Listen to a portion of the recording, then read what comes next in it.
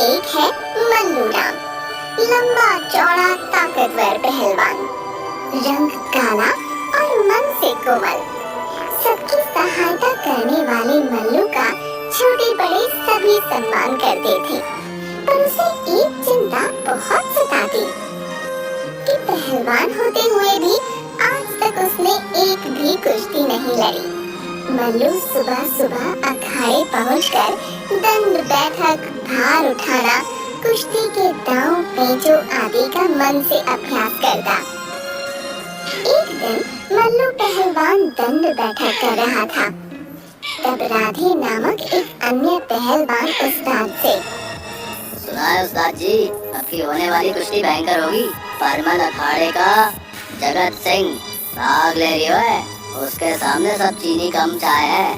अब मैंने भी सुना है। उस्ताद जी, हमारे अखाड़े में कौन जा रही है, या आप जग्गा सिंह के आगे किसी को न भेजो जो बड़ बोले। जाकर बबुआ को बुला। बबुआ आता है। जी उस्ताद। अरे बबुआ, जग्गा वाले दंगल में तेरा नाम लिखवा दे, जैसी आपकी इच्छा।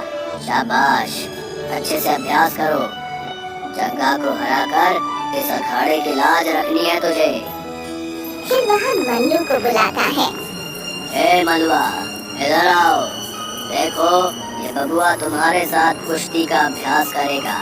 जग्गा को हराना है, तुम इसको अपने दाव पेच भी सिखा दो। वो तो ठीक है उस्ताद, पर और क्या, आप मुझे भेज दो दंगल में, मैं उसकी चटनी बना दूंगा। तुम ना रहने दो, जितना कहा है बस उतना ही करो। मलुआ और बबुआ अभ्यास करते हैं। उसके बाद घर पहुंचकर मल्लू थोड़ा उदास हो जाता है। क्या हुआ बेटा, आज इतने उदास क्यों हो? पिताजी, उस्ताद जी मुझे कभी कुश्ती लड़ने नहीं भेजते। कोई बात नहीं, भेज देंगे। इतने साल हो गए, मैंने आज तक एक भी कुश्ती नहीं लड़ी। कोई कारण तो होगा जो आज तक तुम्हें नहीं भेजा। मल्लू ये बात सुनकर चुप हो जाता है। सुबह अखाड़े में उस्ताद मल्लू, बबुआ और राधे को कुछ समझाते हुए तब दूध वाली आ जाती है। कहिए उस्ताद जी, कितना दूध रखवाना है? आज तुम कैसे आ गई? तुम्हारा पति कहाँ है? रोज तो वही आता है। उसे नौकरी मिल गई है, आज से मैं ही आऊंगी। इतनी महंगाई में खाली दूध के काम से घर नहीं चलता। ठीक है, 10 लीटर रखवा दो। बबुआ दूध का डिब्बा उठाकर अंदर लाता ही है कि एक आदमी भागता हुआ, चिल्लाता हुआ अखाड़े में आता है। उस्ताद जी वो। अबे क्या हो गए हो? इतना चिल्ला गा रही हो है? वो लाला जी चलते चलते सड़क पर गिर गए, पैर मुड़ने से उठ नहीं पा रहे, किसी को भेजो जल्दी से।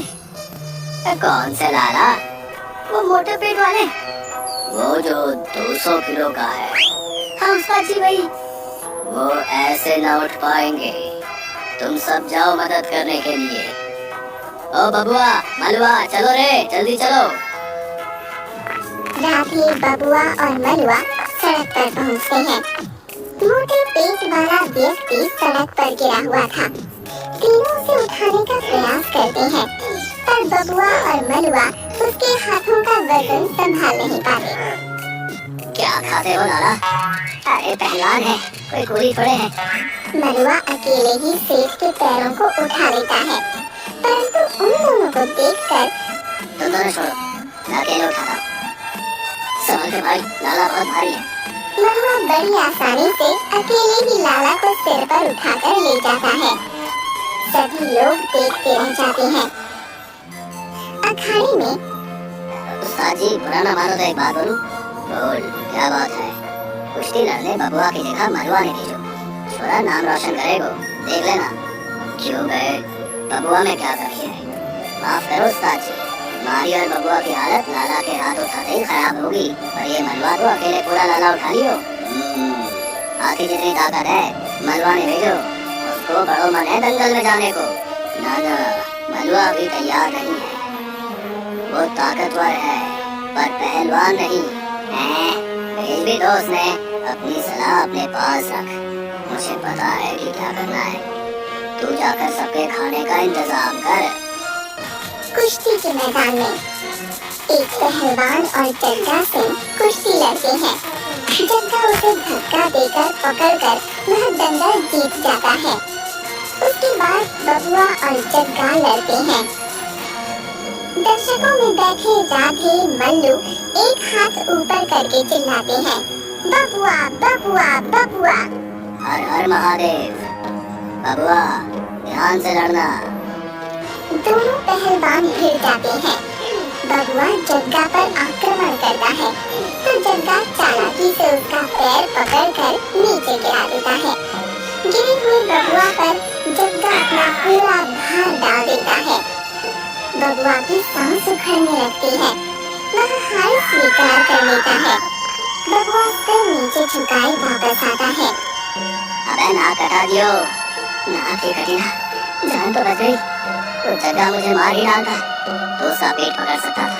छोड़ो, अब जो हुआ सो हुआ। मल्लू जब घर जाता है तो रास्ते में उसे एक छोटी बच्ची रोते हुए मिलती है। अरे गुड़िया, क्यों रो रही हो? चाचा मैं छोटी हूँ ना, इसलिए सब मुझे छोड़कर भाग गए। किसने कहा तुम छोटी हो?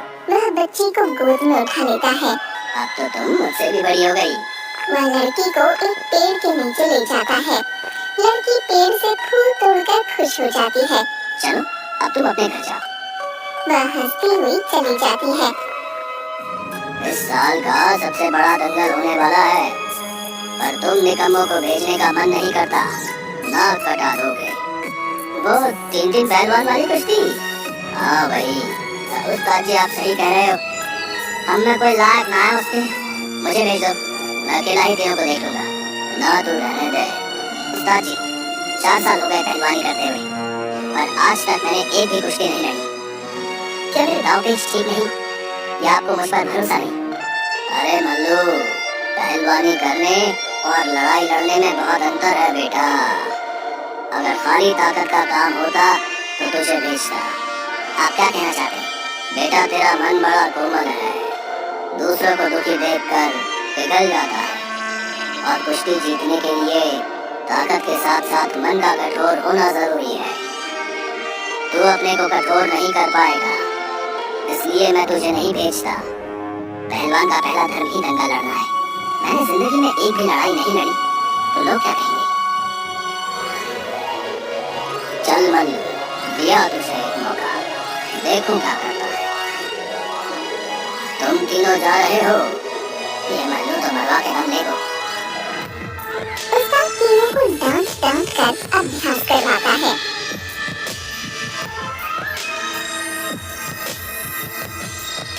मैदान में बबुआ, मलुआ और राधे के सामने जग्गा सिंह और 2 अन्य पहलवान, तीनों एक एक के साथ लड़ते हुए। 2 मिनट बाद राधे दंगल से बाहर हो जाता है। क्यों बे, थोड़ी देर तो टिकता, जानबूझकर भाग आया। वो उस्ताद जी चुप। तभी बबुआ भी आते हुए दिखाई दिया। तू भी आ गया। अब तीनों पहलवानों का सामना मल्लू अकेले कर रहा था। मल्लू एक पहलवान को जोर से धक्का देता है तो वह भाग जाता है। दूसरे पहलवान की टांग पकड़कर घुमाता तो वह भी बचने में ही भलाई समझता है। आखिर में जग्गा और मल्लू आमने सामने होते हैं। वाह बेटा, पहली कुश्ती है तेरी, चल तुझे मजा चखाता हूँ।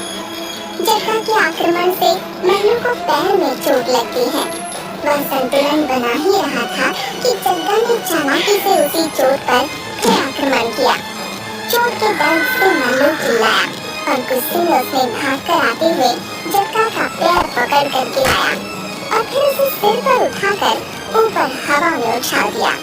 फिर नीचे घुटनों के बल बैठकर जग्गा को धरती पर गिरने से पहले पकड़ लेता है। यदि तुम सीधा धरती पर गिरते तो तुम्हारी एक हड्डी भी न बचती। मल्लू दंगल जीत जाता है।